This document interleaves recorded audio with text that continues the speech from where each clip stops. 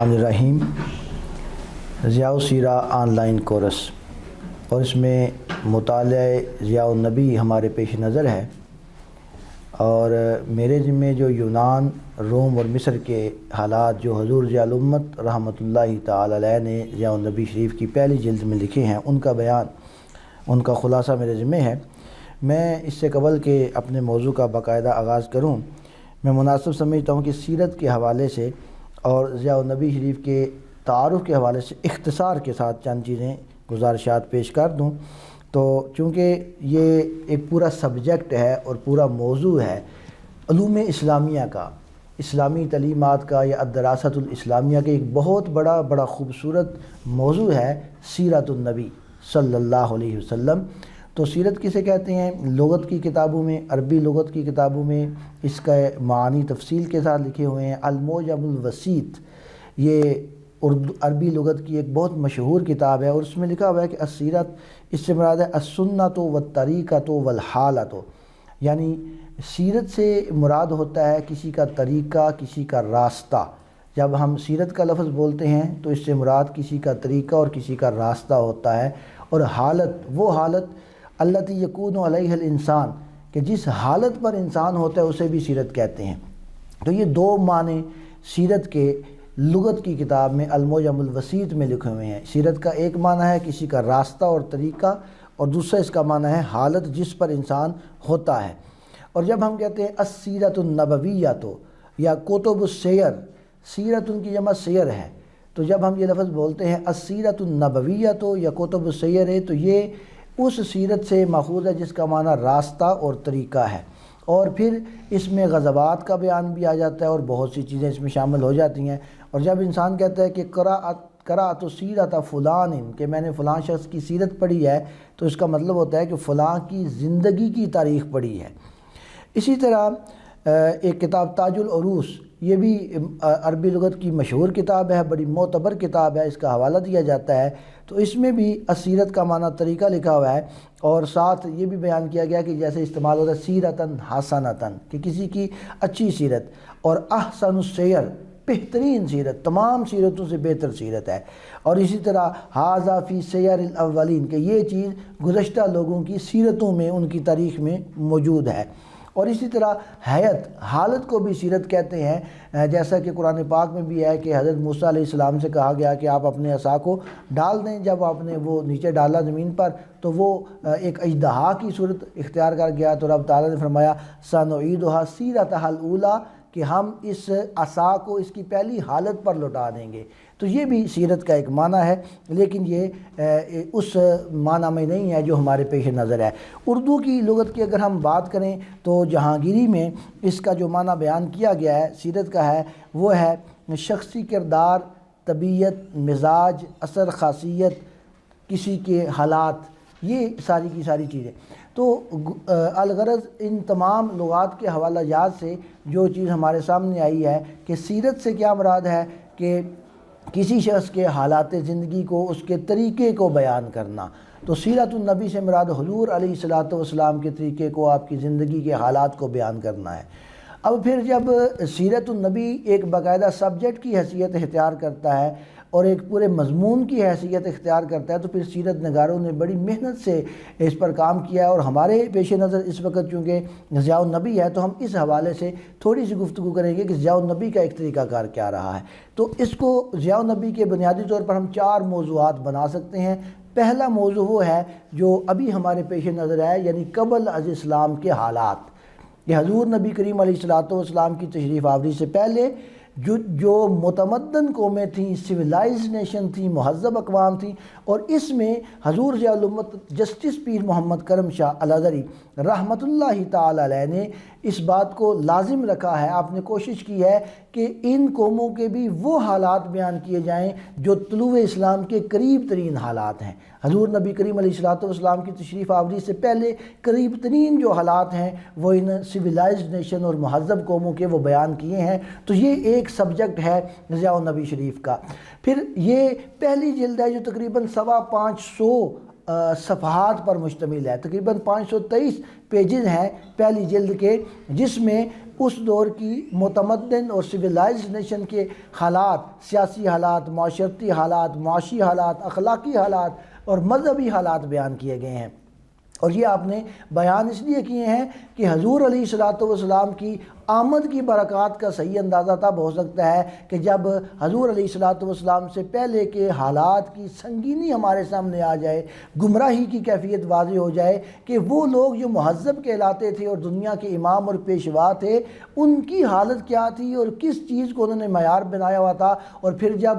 طلوع اسلام ہوتا ہے اور اسلام کا سورج طلوع ہوتا ہے تو کس طرح وہ جہالت کی اور گمراہی کی اور ظلم و ستم کی تاریکیاں کس طرح کفور ہوتی ہیں، کیونکہ جب تک انسان کو مصیبت نہ آئے، پریشانی نہ آئے، اس کو راحت کی جو اس کی اہمیت ہوتی ہے وہ محسوس نہیں ہوتی، جب تک بھوک پیاس نہ لگے اس کو کھانے پینے کی قدر و اہمیت۔ تو یہ حضور ضیاء الامت رحمۃ اللہ تعالیٰ علیہ نے یہ آپ کی خصوصیت ہے سیرت نگاری میں، یہ یاد رکھ لیں۔ اردو سیرت نگاری میں بالخصوص یہ ضیاء الامت جسٹس پیر محمد کرم شاہ الازہری رحمۃ اللہ تعالیٰ علیہ کی یہ خصوصیت ہے کہ آپ نے حضور علیہ الصلوۃ والسلام کی ولادت باسعادت سے شروع کرنے سے پہلے سیرت کی کتاب کو آپ نے قبل کے حالات کے اوپر پوری جلد لکھی ہے، اور اس کو بیان کرنے کا ہمارا مقصد کوئی تاریخ بیان کرنا نہیں، کوئی قصہ گوئی نہیں، کوئی قوموں کے حالات بیان کرنا نہیں، بلکہ اس کا مقصد یہ ہے کہ ہمیں معلوم ہو سکے کہ حضور نبی کریم علیہ الصلوۃ والسلام کی تشریف آوری سے کیا انقلاب برپا ہوا، اور انسانیت کے لیے حضور علیہ الصلوۃ والسلام کی تشریف آوری کس قدر مفید ثابت ہوئی اور آپ کو محسن انسانیت کیوں کہا جاتا ہے۔ تو یہ ہمارا چونکہ مقصد ہے سیرت النبی کو بیان کرنے کا، تو پہلی جلد اسی کے اوپر ہے، اور پھر دوسری جلد سے لے کر چوتھی جلد تک، دوسری، تیسری اور چوتھی جلد، یہ تقریباً 2000 صفحات بنتے ہیں، 2000 پیجز، 1900 یا 2000 کے قریب یہ پیجز بنتے ہیں، اور یہ وہ ہے جو مقصد ہے اصل، جو ضیاء النبی لکھنے کا اصل مقصد تھا کہ حضور علیہ الصلوۃ والسلام کی تمام کے تمام حالات زندگی بیان کر دیے جائیں، اور یہ ولادت سے لے کر وصال تک کے ہیں، یہ وہ عرصہ ہے، یہ وہ دور اور زمانہ ہے جو حضور علیہ الصلوۃ والسلام نے اس دنیا میں اپنی ظاہری حیات مبارکہ کے ساتھ گزارا ہے، اور 63 سال کا یہ عرصہ آپ نے گزارا، اور آپ نے دنیا کو ہدایت دی، اور ایسے ایسے علوم و معارف کے چشمے پھوٹے کہ دنیا آج تک ان سے جو ہے وہ اپنی پیاس بجھا رہی ہے۔ تو یہ سیرت النبی صلی اللہ علیہ وسلم کا جو مغز ہے، جو خلاصہ اور نچوڑ ہے، جو اصل مقصود ہے، وہ دوسری سے چوتھی جلد کے اندر وہ سارے کا سارا سمو دیا گیا ہے۔ حضور علیہ الصلوۃ والسلام کی ولادت سے لے کر آپ کے وصال تک کے تمام حالات، جس میں امن بھی ہے، جس میں غزوات بھی ہیں، جس میں حضور علیہ الصلوۃ والسلام کی مکی زندگی بھی ہے، مدنی دور بھی ہے، اٹھنا بیٹھنا شب و روز، اور اس کو جب ہم پڑھتے ہیں تو ہمیں پھر یہ پتہ چلتا ہے کہ حضور علیہ الصلوۃ والسلام کے ساتھ کس قدر ایک مسلمان کو محبت پیدا ہوتی ہے، اور ضیاء الامت رحمۃ اللہ علیہ نے کس محبت کے ساتھ حضور کے شب و روز کو ذکر کیا ہے۔ پھر 5ویں جلد بھی ایک بڑی خوبصورت جلد ہے، اور یہ حضور علیہ الصلوۃ والسلام کے فضائل و کمالات، معجزات، آپ کی شان میں بطور خاص اترنے والی آیات، آپ کے اخلاق و کردار کے اوپر مشتمل ہے، اور دعاؤں کے اوپر مشتمل ہے، درود پاک کی فضیلت ہے، اور یہ چیز جو حضور علیہ الصلوۃ والسلام کے فضائل و کمالات کو بیان کرتی ہے، یہ جلد تقریباً 1000 صفحات پر مشتمل ہے، اور اس کے دوہرے فائدے ہیں۔ ایک تو یہ ہے کہ اس میں حضور علیہ الصلوۃ والسلام کی محبت انسان کے اندر پیدا ہوتی ہے کہ جب حضور علیہ الصلوۃ والسلام کے کمالات کو پڑھتا ہے، فضائل کو پڑھتا ہے، معجزات کو پڑھتا ہے، آپ کی عظمت دیکھتا ہے، اور بہت سی ایسی چیزیں ہیں جو بہت کم سنی جاتی ہیں یا نہیں بھی سنی جاتی۔ ایک تو وہ حضور علیہ الصلوۃ والسلام کے وہ محاسن، وہ فضائل، وہ کمالات سامنے آتے ہیں، وہ معجزات سامنے آتے ہیں، اور انسان کو اپنے آقا کریم صلی اللہ علیہ وسلم کے ساتھ مزید محبت پیدا ہوتی ہے۔ اور حضور ضیاء الامت رحمۃ اللہ تعالیٰ علیہ کے سیرت النبی لکھنے کا مقصد ہی یہ تھا کہ یہ صرف واقعہ نگاری نہ ہو، بلکہ پڑھنے والے قاری کو اپنے آقا کے ساتھ محبت پیدا ہو جائے۔ اور دوسرا اس کا فائدہ یہ ہوتا ہے کہ حضور علیہ الصلوۃ والسلام کے اخلاق کریمانہ کا جب ذکر کیا جاتا ہے، جب حلم کا ذکر کیا جاتا ہے، جب صبر کا، عفو و درگزر کا، تحمل و برداشت کا، جود و سخا کا، شرم و حیا کا، یہ وسیع جو ہے ایک سلسلہ ہے اخلاقیات کا، جب اس کا تذکرہ کیا جاتا ہے تو انسان اپنا بھی یاد لیتا ہے کہ میں کہاں کھڑا ہوں، اور جس آقا کریم صلی اللہ علیہ وسلم کے ساتھ میں محبت کا اور عشق کا دعویٰ کر رہا ہوں، آپ کا اخلاق و کردار کیا تھا، اور آج ہماری زندگیوں میں سیرت نبی کا یہ ایک پہلو کس حد تک موجود ہے اور کس حد تک مفقود ہے۔ تو یہ 5ویں جلد تقریباً 1000 صفحات پر مشتمل ہے، اس میں یہ ساری چیزیں ہیں۔ اور آخری 2 جلدیں وہ اس دور میں اس موجودہ حالات کے اندر وہ انتہائی اہمیت کی حامل ہیں، کیونکہ جو مستشرقین ہیں، اورینٹلسٹس ہیں، انہوں نے جو اسلام کا مطالعہ اس نیت سے کیا کہ وہ کیا کریں، اعتراضات کریں، اسلام کی تعلیمات پر اعتراضات کریں، قرآن پاک پر، حضور کی سیرت پر، تعلیمات اسلامیہ پر اعتراضات کریں، تو آپ نے ان کی پوری تاریخ بھی بیان کر دی کہ وہ تحریک استشراق کیا ہے، اس کا پس منظر کیا ہے، کیسے وہ چلی ہے، اور پھر ساتھ ہی ساتھ جوابات بھی دی ہیں۔ تو آج کا جو دور چل رہا ہے توہین رسالت ہو رہی ہے، اور ایک مسلمان کے اندر، ہر مسلمان کے اندر بے چینی ہے، اضطراب ہے کہ کس طرح مقابلہ کیا جائے، ان گستاخیوں کو کس طرح روکا جائے۔ تو اس کے جوابات اس 2 جلدوں کے اندر موجود ہیں۔ ہر اہل اسلام کو، محبت کرنے والے کو پڑھنی چاہیے یہ 2 جلدیں، تاکہ وہ اپنے آقا کریم صلی اللہ علیہ وسلم کی عظمت اور شان کو بھی سمجھ سکے، اور آپ کے اوپر جو غلط الزامات لگائے جاتے ہیں، بیہودہ اور جھوٹے الزامات لگائے جاتے ہیں، اور جو علم و دانش کے نام پر لگائے جاتے ہیں، جو تحقیق کے نام پر لگائے جاتے ہیں، جو ایک جدید دور کے اندر جو ایک ترقی پیدا ہو چکی ہے اور ایک شعور آ گیا ہے، اس کے نام پر جو الزامات لگائے جاتے ہیں، ان کے جوابات انسان کو میسر آ سکیں۔ تو آج ہم عشق رسالت کی بات کرتے ہیں، دفاع ناموس رسالت کی بات کرتے ہیں، تو اگر انسان کے پاس ضیاء النبی ہو اور اس کا وہ مطالعہ کرتا رہے تو اس کے اندر عشق و محبت بھی پیدا ہوگا، اور وہ ایک محافظ ناموس رسالت بھی بن جائے گا، اور اسے پتہ چلے گا میرے فرائض اور ذمہ داریاں کیا ہیں۔ یہ ہمارا موضوع نہیں ہے اس وقت، تو میں نے مختصراً سب سے پہلے یہ مناسب سمجھا کہ ضیاء النبی کا ایک مختصر سا یہ تعارف آپ حضرات کے سامنے رکھ دوں، اور 5ویں جلد کے حوالے سے میں بالخصوص کہنا چاہوں گا اپنے خطباء کو اور اپنے طلباء کو، آپ جب میدان خطابت میں قدم رکھتے ہیں، جب وعظ و نصیحت کرتے ہیں، تو 5ویں جلد کو اپنے پیش نظر رکھیں۔ ہم ضمانت دیتے ہیں آپ کو اس بات کی، اور بڑے وثوق سے کہتے ہیں کہ اگر آپ پوری زندگی بھی اس کے دروس دیتے رہے تو یہ کتاب ختم نہیں ہوتی، اور بار بار حضور علیہ الصلوۃ والسلام کے فضائل و کمالات دہراتے رہیں، اور مستند روایات کے ساتھ حضور ذی الامت رحمۃ اللہ علیہ نے یہ چیزیں بیان کی ہیں۔ تو یہ مختصر سی ایک تعارفی سی گفتگو تھی۔ اب جو میرے ذمے حالات ہیں، تو سب سے پہلے جو ایران کے حالات بیان ہوئے ہیں، جو حضرت مولانا ڈاکٹر نعیم الدین الازہری صاحب نے بڑی خوبصورت انداز میں ان کو بیان کر دیا، اور اس کے بعد پھر سلطنت روما کے حالات آتے ہیں جو موجودہ اٹلی ہے، اور اس کے بارے میں حضور ذی الامت جسٹس پیر محمد کرم شاہ الازہری رحمۃ اللہ تعالی علیہ نے لکھا ہے کہ جو دوسری ایک عالمی طاقت تھی اس وقت قبل اسلام، ایک تو ایران تھی، اور دوسری عالمی طاقت جو تھی وہ سلطنت روما تھی، لیکن اس کے باشندے جو تھے یہ یونانیوں کے جانشین تھے، اور ان کے حالات جو ہیں، روما کے حالات، یہ کافی حد تک یونانی فلسفیوں سے متاثر ہوئے ہیں، ان کے معاشرتی حالات، سیاسی مذہبی سارے حالات یہ یونانیوں کے فلسفے سے متاثر ہوئے ہیں، اور یونانی فضلاء اس وقت تہذیب و تمدن کا انہوں نے ایک تصور پیش کیا کہ ان کے علم و حکمت سے یونان کا خطہ پورے یورپ میں اندر جگمگانے لگا، جبکہ یورپ جو تھا وہ جہالت کی اور گمراہی کی تاریکیوں میں وہ ڈوبا ہوا تھا، اور یورپ کا اس وقت جو تھا وہ علم و حکمت کے اندر کوئی نام نہیں تھا، لیکن یونان کے علماء اور حکماء جو تھے اس وقت وہ علم کی شمع روشن کیے بیٹھے تھے، اور ان کا فلسفہ بہت مشہور تھا۔ تو اس لیے آپ نے سلطنت روما سے پہلے یونان کا تذکرہ کیا ہے، کیونکہ رومیوں کا تذکرہ کیا جائے گا، سلطنت روما یا اٹلی کا تذکرہ کیا جائے گا تو اس میں یونان کا ذکر لازماً آئے گا۔ تو جو یونان کی تہذیب ہے، یونان کا تمدن ہے، اب یہ جو باتیں ہم بیان کر رہے ہیں بظاہر تو یہ سیرت النبی کی نہیں ہے، لیکن بار بار ہمیں اس کے اوپر غور اور فکر کرنا چاہیے، توجہ دینی چاہیے۔ یہ باتیں اس لیے بیان کی جا رہی ہیں کہ اس وقت یونان کی کیا حالت تھی جب کہ وہ فلسفے کا ایک مرکز تھا۔ آج بھی جو فلسفی لوگ ہیں، جو فلسفے کے ساتھ، منطق کے ساتھ تعلق رکھتے ہیں، دلچسپی رکھتے ہیں، بلکہ علوم سیاسیات ہیں اور اس قسم کے جو بھی معاشرتی علوم، سوشل سائنس پڑھتے ہیں، ان سب کا مرکز یونان ہے۔ تو وہاں کے جو لوگ تھے، ارسطو جیسے، افلاطون جیسے لوگ جنہوں نے آگے کتابیں لکھیں اور یہ شعور عام کیا، ان کے اندر کون سی قباحتیں اور کون سی گمراہیاں موجود تھیں جو اس وقت کے مہذب لوگ تھے جن کی طرف دنیا رجوع کر رہی تھی۔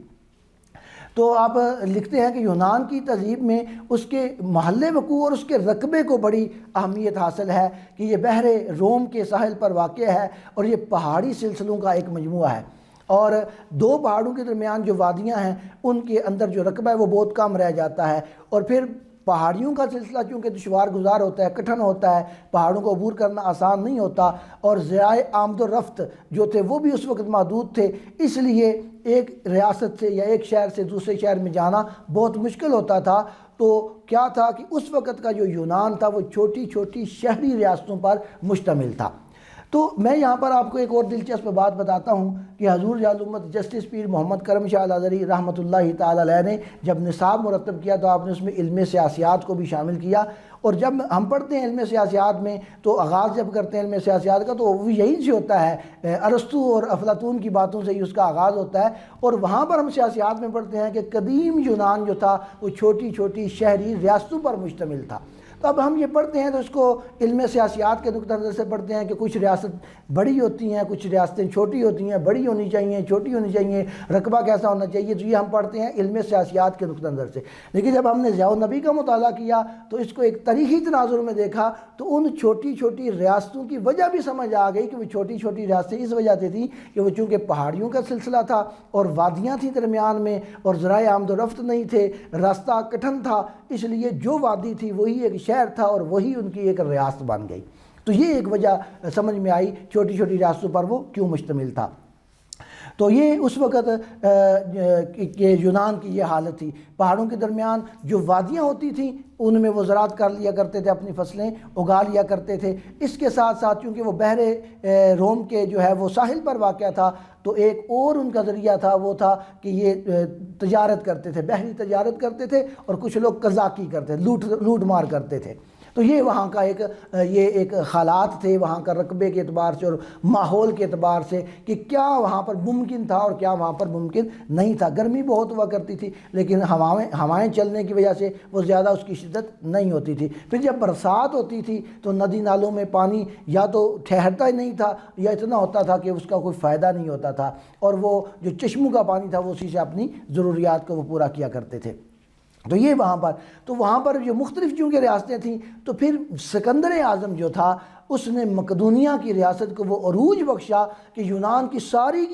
ریاستیں جو ہیں وہ اس کی باج گزار بن گئیں۔ تو یہ اس کے رقبے کے اعتبار سے، ماحول کے اعتبار سے، آب و ہوا کے اعتبار سے یونان کا مختصر سا تعارف حضور جلال امت رحمۃ اللہ تعالی علیہ نے پیش فرما دیا۔ اس کے بعد اس کے جو مذہبی حالات لکھے ہیں اس کو اختصار کے ساتھ بیان کرتے ہیں کہ جس طرح آپ نے ابھی حضرت علامہ مفتی خالد بٹ صاحب سے ہندوستان کے حالات کے بارے میں یہ سنا ہے کہ وہ دیوتاؤں کو اپنا خدا مانتے تھے، تو یہ دیوتاؤں کو خدا ماننا یہ ایک تصوراتی چیز ہے، یہ ایک تخیلاتی چیز ہے، اس کی حقیقت کوئی نہیں ہوتی کہ ایک انسان کے تصور میں ہے کہ یہ فلاں چیز کا دیوتا ہے۔ تو یہی حالات یونان کے تھے کہ یونانی بھی دیوتاؤں کو خدا مانتے تھے، اور ان کا ایک عجیب و غریب یہ طریقہ کار تھا کہ دیوتاؤں کا پورا کنبہ اور خاندان تھا۔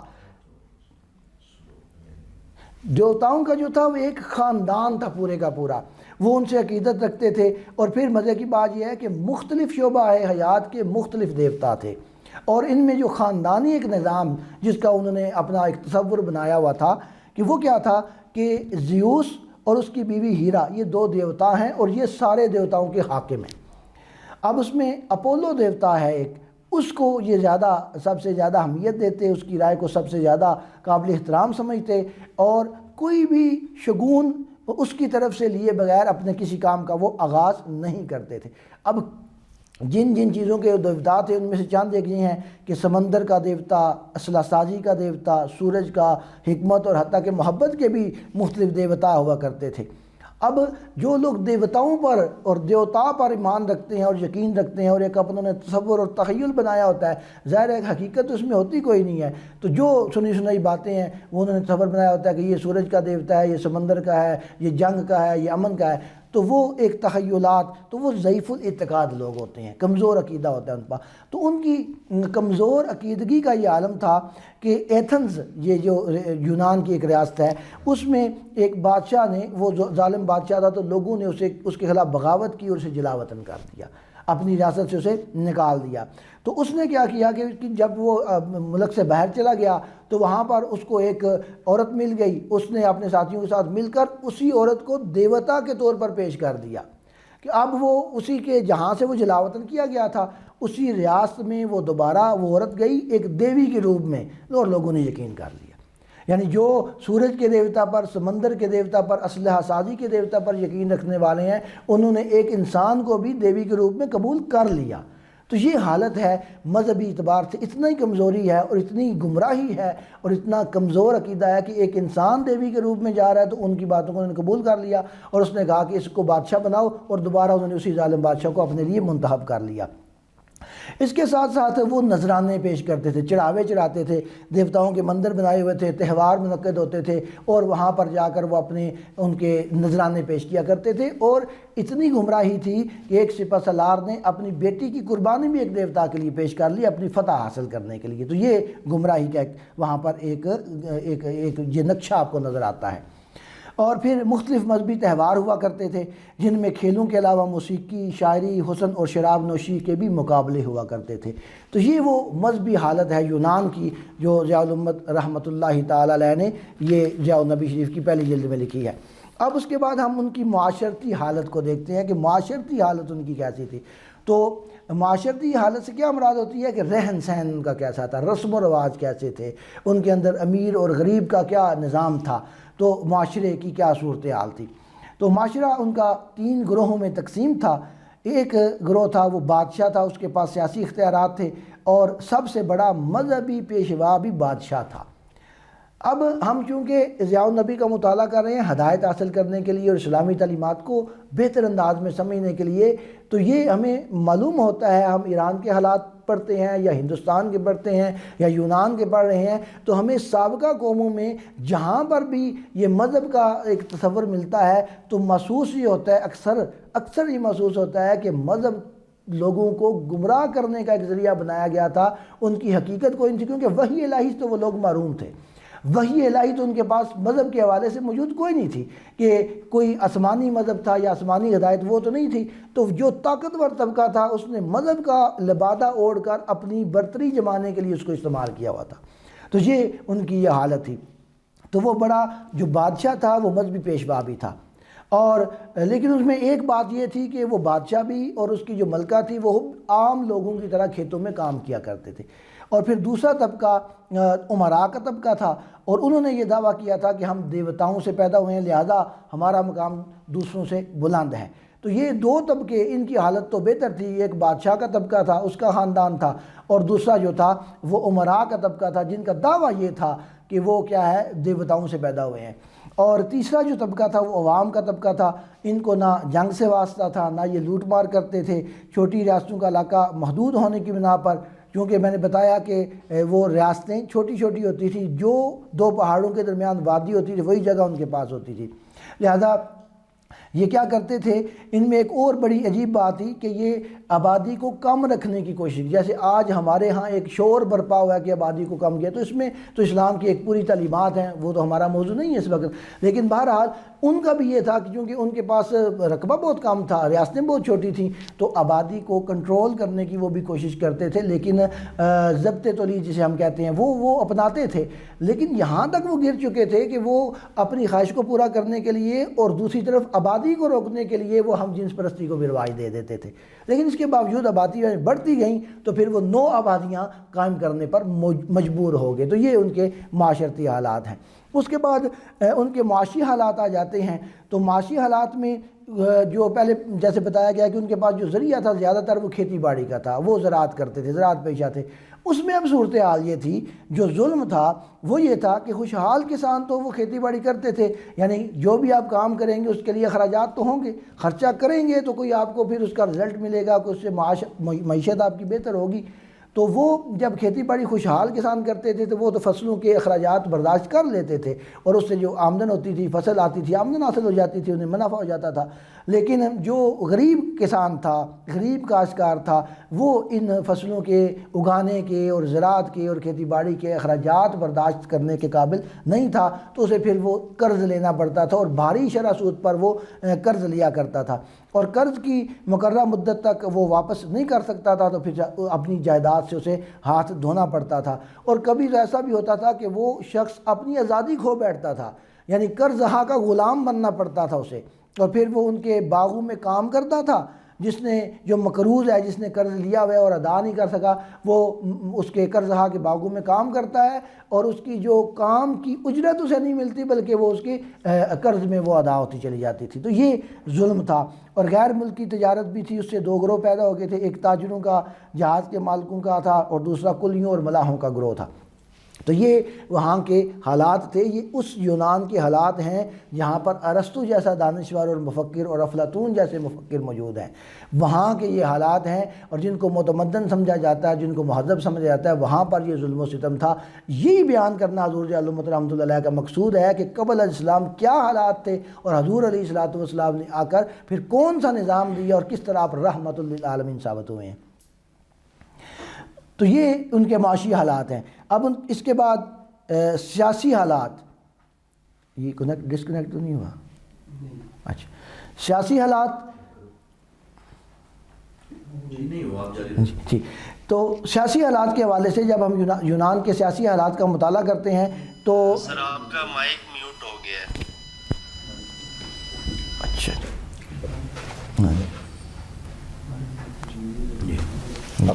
جی ٹھیک۔ تو جی شکریہ۔ تو معاشی حالات کے حوالے سے ہم نے بات کی ہے کہ یہ ان کا ایک معاشی جو نظام تھا وہ اس قسم کا تھا جو کہ ظلم پر مبنی تھا۔ اب سیاسی حالات کی طرف آتے ہیں تو ایک ان کا بادشاہ ہومر تھا، اور اس سے قبل ایک مطلق العنان بادشاہ کا ایک تصور تھا، اور اس کے بعد امراء کے طبقے نے تدریجاً بادشاہت کے اختیار حاصل کیے۔ یعنی امراء کا جو طبقہ، ہم نے پہلے پڑھا ہے کہ ایک بادشاہ تھا اور ایک امراء کا طبقہ تھا، تو ہومر تک تو یہ مطلق العنان بادشاہ رہا۔ اس کے بعد پھر اس میں آیا کہ امراء کے طبقے نے تدریجاً بادشاہت کے اختیارات حاصل کر لیے، اور اسے حکومت عدیدہ کہا جاتا ہے، یعنی اسے آلیگارچی کا نام دیا گیا ہے۔ اور حکومت عدیدہ کا مطلب یہ ہے کہ فرد واحد حکومت نہیں کرتا، بلکہ چند لوگ ہوتے ہیں جو مل کر حکومت کرتے ہیں۔ اور علم سیاسیات کی روشنی میں ہم یہ کہہ سکتے ہیں کہ اس کو ایک سوئٹزرلینڈ کے اندر آج بھی یہ نظام موجود ہے کہ وہاں پر ایک شخص حکمران نہیں ہے بلکہ ایک بورڈ حکومت کر رہا ہے، تو اس کو اکثریت کہتے ہیں، اکثریتی نظام اسے کہا جاتا ہے۔ تو وہاں پر حکومت عدیدہ یعنی کئی لوگ حکومت میں شامل ہو جاتے تھے، لیکن یہ نظام پھر زیادہ دیر تک قائم نہ رہ سکا، اور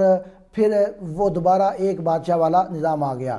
تو اس میں جب سیاسی حالات کی بات کرتے ہیں تو ہمیں یونان کی دو ریاستیں اس میں نمایاں نظر آتی ہیں، ایک سپارٹا ہے اور ایک ایتھنز ہے۔ سپارٹا اور ایتھنز دونوں یونان کی ہی ریاستیں ہیں، لیکن دونوں میں مختلف قسم کے نظام جو ہیں وہ ہمیں پروان چڑھتے ہوئے نظر آتے ہیں۔ اور سپارٹا کی ریاست میں ہمیں ذات پات کا نظام نظر آتا ہے، جس میں 3 قسم کے لوگ ہیں۔ ایک وہاں کے شہری ہیں جو وہاں کے اصل باشندے ہیں سپارٹا کے، اور تعجب کی بات یہ ہے کہ ان کی جو آبادی ہے یہ کل آبادی کا 5 سے 10% ہے۔ تو سپارٹا کے اصل باشندے اصل شہری ہیں لیکن تعداد میں کم ہیں، اور غلاموں کی اکثریت ہے، اور اس میں کیا ہے کہ زمینوں سے وہ وابستہ کر دیا گیا ان کو، غلاموں کو۔ کسان کان کن اور دیگر سرگرمیاں سر انجام دیتے تھے، اگرچہ آزاد تھے لیکن انہیں سیاسی حقوق حاصل نہ تھے۔ تو ایک وہ جو اصل باشندے تھے، ایک غلام تھے، اور ایک کسانوں کا اور دیگر سرگرمیاں سر انجام دینے والوں کا طبقہ تھا۔ تو سپارٹا کے شہریوں کو عسکری تربیت دی جاتی، جو معذور اور کمزور ہوتے اسے پہاڑی پر چھوڑ آتے تاکہ مر جائیں یا کسی جانور کا شکار ہو جائے۔ اب یہ وہ نقطہ ہے جو سمجھنے کے لیے ضروری ہے کہ سپارٹا ایک ریاست کا نام ہے جو یونان کی ایک ریاست ہے، تو وہاں کا یہ نظام یہ تھا کہ وہ کہتے تھے کہ سب کے لیے عسکری تربیت لازم ہے۔ ان کو وہ مشقیں کراتے، ان کو وہ اسلحہ سازی کی ٹریننگ دیتے، اسلحہ چلانا سکھاتے، ان کو کشتی کے لیے تیار کرتے۔ تو یہ نظام وہاں پر موجود تھا، اور جو اس قابل نہ ہوتا وہ اس کے اوپر کوئی رحم نہیں کرتے، اس کے لیے کوئی دوائی کا کوئی علاج کا انتظام نہیں کرتے، بلکہ یہ کسی کام کا نہیں ہے، اس کو کسی پہاڑ یا غار میں چھوڑ آئیں تاکہ وہ سردی کی شدت سے مر جائے یا کسی جانور کا شکار ہو جائے۔ اور پھر حب الوطنی کے نام پر یہ ساری چیزیں ہوتی تھی، یہ کشتی کرنا یا اسلحہ کا استعمال سکھانا، اور سب سے عجیب بات تھی کہ چوری کے طریقے سکھائے جاتے تھے، اور ان کو تربیت یہ دی جاتی تھی کہ جب آپ نے چوری کرنی ہے تو پھر اس کو اگر آپ پکڑے گے تو ماننا نہیں ہے اس کو۔ وہاں پر انہوں نے ایک واقعہ بھی لکھا ہے حضور علمت رحمۃ اللہ تعالیٰ علیہ نے کہ ایک بچے نے لومڑی کو چورا لیا اور اس کو کپڑے کے نیچے چھپا دیا، جب پکڑا گیا تو وہ اپنا جرم نہیں مانا اور لومڑی اندر سے اسے کھاتی رہی اور اس کے پیٹ کو اس کے اوپر حملے کرتی رہی، وہ مر گیا لیکن الزام اس نے قبول نہیں کیا۔ تو یہ وہ حالات ہیں جو قبل علیہ السلام کے حالات ہیں کہ ایک چوری جو ایک عیب ہے اس کو ایک اچھی صفت بنا کر، اچھا اخلاق بنا کر پیش کیا گیا، اور کس نام پر؟ حب الوطنی کے جذبے کے تحت۔ تو اب ہم جب یہ حالات پڑھتے ہیں تو ہمیں یہی نظر آتا ہے کہ جن قوموں نے یہ نظام بنایا ہے اور ان کے آگے جو غلام بنے ہیں، جہاں پر کسی غلام نے کوئی احتجاج نہیں کیا وہ غلام ہی رہے ہیں، اور جن لوگوں نے احتجاج کیا ہے اور اس نظام کے خلاف بغاوت کی ہے، ان کے حالات کے ہاں بہتری آ گئی، ان کے ہاں حالات میں بہتری آ گئی ہے۔ تو لوگوں کو یہ تصور دے دیا جاتا تھا کہ یہ سب خدا کا حکم ہے، یہ اللہ تعالیٰ کی تقسیم ہے، یہ جو بادشاہ ہے وہ مذہبی پیشوا بھی ہے، لہذا اس کے خلاف بغاوت نہیں کی جا سکتی تھی۔ تو اس طرح گمراہ کر کے لوگوں کو ان پر اپنی حکومتیں قائم رکھی گئی تھی۔ تو یہ ان کو وہاں پر تربیت دی جاتی تھی، اور لڑکیوں کو بھی عسکری تربیت دی جاتی اور عسکری تربیت پر زور دیا جاتا، اور انہوں نے سارے کا سارا نظام جو تھا عسکری تربیت پر رکھ لیا تھا، اور اقتصادی نظام کو انہوں نے فراموش کر دیا تھا، حالانکہ ان کی زمینیں زرخیز تھیں، اگر اس طرف توجہ وہ دیتے تو وہ بہت کچھ حاصل کر سکتے۔ تو یہ اسپارٹا کا نظام ہے یونان کے اندر۔ اس کے بعد ایتھنز، تو ایتھنز میں جیسے آپ نے اسپارٹا کے حالات میں یہ پڑھا کہ وہاں پر عورتوں کو بھی یہ عسکری تربیت دینا لازم تھی، لیکن ایتھنز کا نظام مختلف تھا، وہاں عورتوں کو سیاسی حقوق حاصل نہ تھے، وہ یہ کہتے تھے کہ صرف آپ گھرداری کریں، اور اس میں 3,15,000 کی آبادی تھی، اس میں 1,70,000 شہری تھے، 1,15,000 غلام اور 30,000 اجنبی تھے۔ یہ کانوں میں کام کرنے والے مزدوروں پر بہت ظلم کیا جاتا تھا، اور ارسطو کے نزدیک ایک غلام کی جو تعریف اس نے پیش کی ہے، اتنا بڑا مفکر اور دانشور ہے، اور غلام کی جو وہ تعریف کرتا ہے وہ کہتا ہے کہ یہ ایک کام کرنے والی مشین ہے، گویا کہ وہ غلام کو انسان سمجھنے کے لیے تیار نہیں ہے۔ تو یہ ان کے ایک بہت بڑے مفکر کا نقطہ نظر ہے۔ تو یہ ان کے سیاسی حالات ہیں۔ اب یہاں پر دو حکماء کا اور فلاسفر کا تذکرہ کرنا اور ان کے نظریات کو تھوڑا سا پڑھنا یہ بہت ضروری ہے۔ جو ہمارا اصل مقصود ہے یہاں اس جو ہمارا سیشن چل رہا ہے ضیاء النبی شریف کا، اس میں وہ دو حکماء اور فلاسفر کون ہیں؟ وہ ہیں افلاطون اور ارسطو۔ افلاطون استاد ہے، ارسطو اس کا شاگرد ہے، اور یہ بڑے مشہور ہیں، بڑے مفکر ہیں، اور یہ فلسفے کے اور حکمت کے بادشاہ تصور کیے جاتے ہیں۔ اور حضور ضیاء الامت رحمۃ اللہ تعالیٰ علیہ نے لکھا ہے کہ ان کی بہت سی اچھی چیزیں بھی انہوں نے پیش کی ہیں، ایسا نہیں ہے کہ انہوں نے کوئی اچھی چیزیں پیش نہیں کی، لیکن کچھ نظریات ایسے ہیں کہ ان کو پڑھ کر انسان کا سر چکرانے لگتا ہے کہ یہ وہ حکیم ہیں، یہ وہ فلسفی ہیں، یہ وہ مفکر اور دانشور ہیں جو لوگوں کو رہنمائی کا فریضہ سر انجام دیا کرتے تھے، اور یہ ایسی باتیں کر سکتے ہیں۔ تو وہ افلاطون نے ایک تصور پیش کیا، ایک اس نے مثالی شہر کا تصور پیش کیا، اور اس میں اس نے 3 طبقے بنا دیے، ایک حکام کا طبقہ ہے، اور ایک عوام الناس کا طبقہ ہے، اور ایک اس میں امراء کا طبقہ ہے۔ تو وہ کہتا ہے کہ پہلے 2 طبقے ہیں ان کو تمام کے تمام حقوق حاصل ہونے چاہیے اور ان کی پوری توجہ ان کی طرف دینی چاہیے، اور ایک جو تیسرا طبقہ ہے اس کو بالکل چھوڑ دینا چاہیے۔ اور پھر وہ چونکہ اس نے ایک مثالی ریاست کا ایک تصور چونکہ دیا ہے، مثالی شہر کا تصور دیا ہے، اور اس کے لیے اس نے خود سے یہ بنا لیے ہیں کہ فلسفی جو ہے وہ حکومت کریں گے اور باقی امراء جو ہے وہ دوسرا طبقہ ہوگا، یہ 2 تو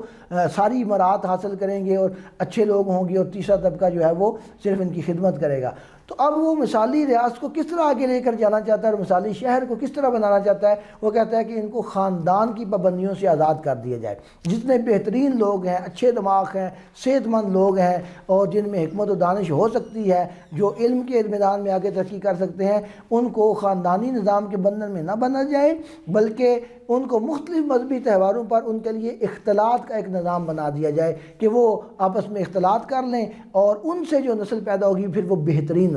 نسل پیدا ہوگی۔ تو یہ آپ اس فلسفی کی بات سنیں جو افلاطون کے نام سے مشہور ہے، اور جو بہت بڑا حکمت اور فلسفے کا بادشاہ تصور کیا جاتا ہے، جب وہ مثالی ریاست کا ایک تصور دینے کی کوشش کرتا ہے تو اتنی بڑی وہ غلطی کرتا ہے اور اتنا ایسا عجیب تصور پیش کر دیتا ہے کہ جس سے انسانیت بھی شرما جاتی ہے۔ وہ کہتا ہے کہ وہ اولاد جو پیدا ہوگی جو بغیر شادی کے بندھن کی ہوگی اور بہترین مردوں اور عورتوں کے ملاپ سے پیدا ہوگی، وہ بہترین لوگ ہوں گے، اور باقی جو ہیں وہ کہتا ہے جو معذور ہیں، اپاہج ہیں، اور جو ذہنی طور پر کمزور ہیں، ان کو آپ قتل کر دیں، ان کو تلف کر دیں، تاکہ معاشرے میں اور ریاست میں اور شہر میں کوئی بھی ایسا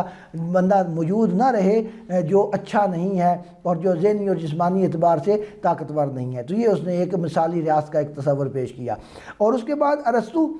جو کہ اس کا شاگرد تھا، ارسطو نے اس کے نظریات پر تنقید تو کی، لیکن خود اس کا اپنا یہ حال تھا کہ اس نے کہا کہ قانون جو ہے وہ تمام اہل ملک کے لیے یکساں نہیں ہو سکتا، بلکہ مساوی طور پر ان پر لاگو ہوگا جو نسب اور قابلیت کے اعتبار سے برابر ہوں۔ حکمران طبقے کے لیے کوئی قانون نہیں بنایا جا سکتا، بلکہ یہ لوگ بذات خود قانون ہیں۔ اب یہ دوسرا مفکر ہے ارسطو، یہ یونان کا بہت بڑا فلسفی اور دانشور ہے، اور وہ یہ تجویز دے رہا ہے کہ قانون سے حکمران طبقے کو مستثنا کیا جائے، اور وہ کہتا ہے کہ یہ تو بہت بڑا مذاق ہے کہ اگر آپ انہیں بھی قانون کا پابند بنا دیں۔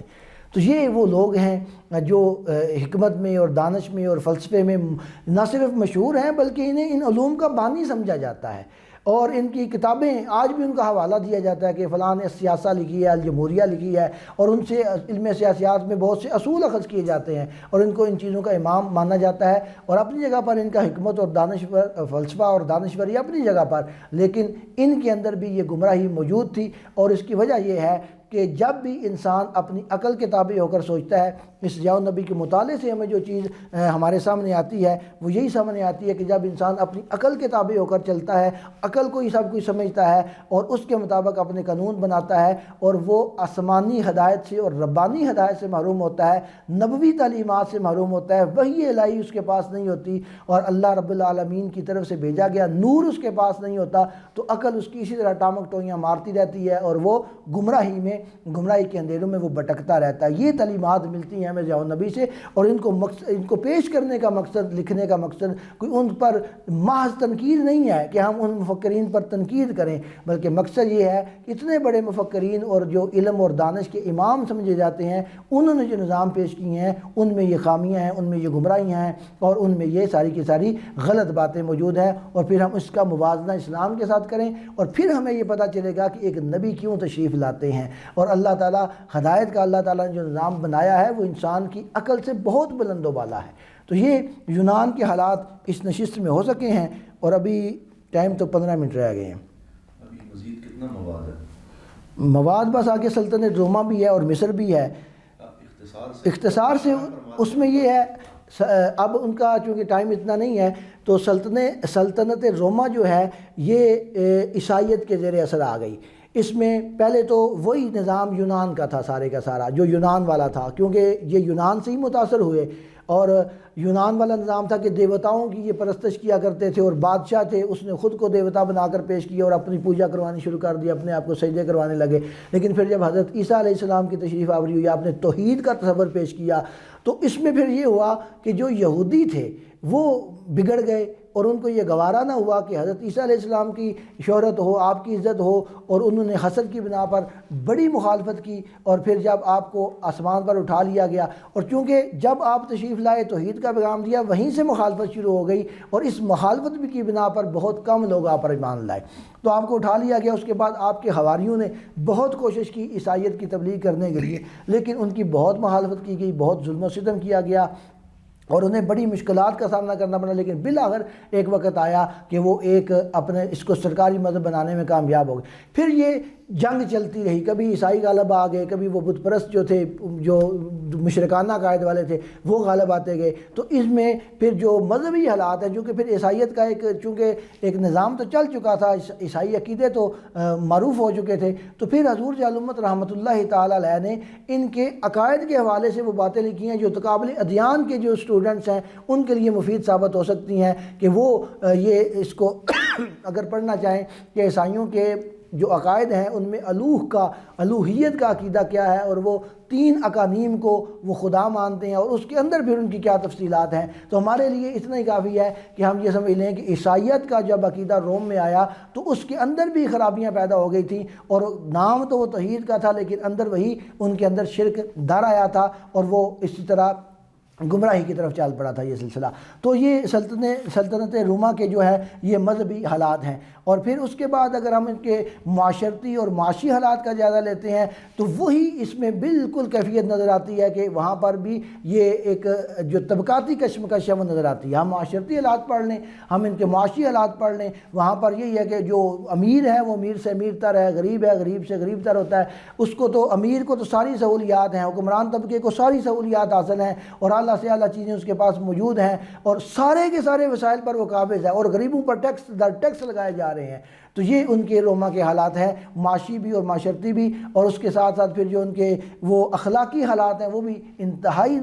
جو ہے وہ بیان کرنے کے قابل نہیں ہے. تو یہ روما کی یہ کیفیت ہے. اور مصر کی ایک پوری تہذیب ہے، لیکن مصر بھی چونکہ رومیوں نے اس کو فتح کر لیا اور اس کے زیر اثر آ گیا، تو مصر ایک علم و دانش کا مرکز ہوا کرتا تھا. اور ڈاکٹر نعیم صاحب تو وہاں پر رہ کر آئے ہیں، ان کی جو فن تعمیر ہے، ان کے جو فلسفی ہیں اور مہارات کے اوپر ایسی ایسی حکمت امیز باتیں لکھی ہوئی ہیں کہ جو پڑھ کر انسان حیران ہوتا ہے کہ وہ صرف فن تعمیر کے ماہر نہیں تھے بلکہ حکمت کے بھی بہت بڑے بادشاہ تھے. لیکن ساتھ ہی ساتھ خرابیاں بھی موجود تھیں، اور ایک ان میں ایک بہت بڑی عجیب و غریب جو چیز تھی وہ یہ تھی کہ جب ان کا کوئی بڑا حکمران فوت ہوتا تو ان کا چونکہ یہ عقیدہ تھا کہ مرنے کے بعد دوبارہ زندہ کیا جاتا ہے انسان کو، تو وہ اس کے لیے پورے کا پورا حویلی، پورے کا پورا مکان، سارے ساز و سامان سمیت، خدمت اور جواہرات اور سونا اور کھانے پینے کا سامان اور غلاموں سمیت وہ اس کے لیے تیار کر دیتے کہ یہ ہمارا بادشاہ دنیا سے جا رہا ہے اور دوبارہ جب اس کو اٹھایا جائے گا، اس سے ضرورت پڑے گی خدمت کی،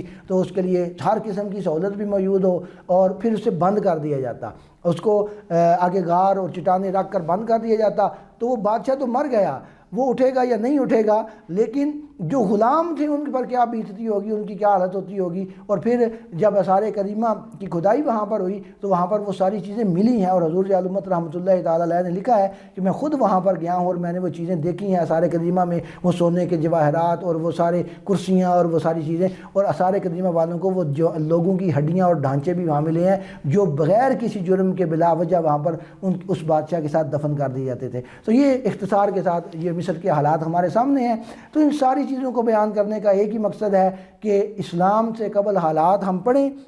تو ہمیں معلوم ہو کہ دنیا کس تاریکی میں اور کس گمراہی میں مبتلا تھی، اور پھر جب طلوع اسلام ہوا اور حضور نبی کریم علیہ الصلوۃ والسلام ایک نور بن کر تشریف لائے، تو حضور علیہ الصلوۃ والسلام کی تشریف آوری سے انسانیت کو کس طرح ایک ہدایت بھی نصیب ہوئی اور ظلم و ستم کا جو بازار تھا وہ بھی ختم ہوا اور ایک امن اور ایک محبت کی فضا پیدا ہوگی. تو یہ سارے کا سارا مقصد ہے. تو اختصار کے ساتھ یونان، مصر اور روما کے حل، یعنی جو موجودہ اٹلی ہے، یہ تمدن یافتہ تہذیبیں تھیں اور یہ قومیں تھیں، ان کے حالات یہ حضور عالم امت رحمۃ اللہ تعالیٰ علیہ نے ذکر کیے ہیں، اور ان کا جو خلاصہ تھا وہ میرے ذمہ تھا، اور کوشش کی ہے کہ میں اختصار کے ساتھ اس کو بیان کروں. تو یہیں سے ہم آج کے اس جو ہے درس کا اختتام کرتے ہیں انہی الفاظ پر، اور اس کے بعد ڈاکٹر نعیم صاحب اس پروگرام کو مزید آگے بڑھاتے ہیں.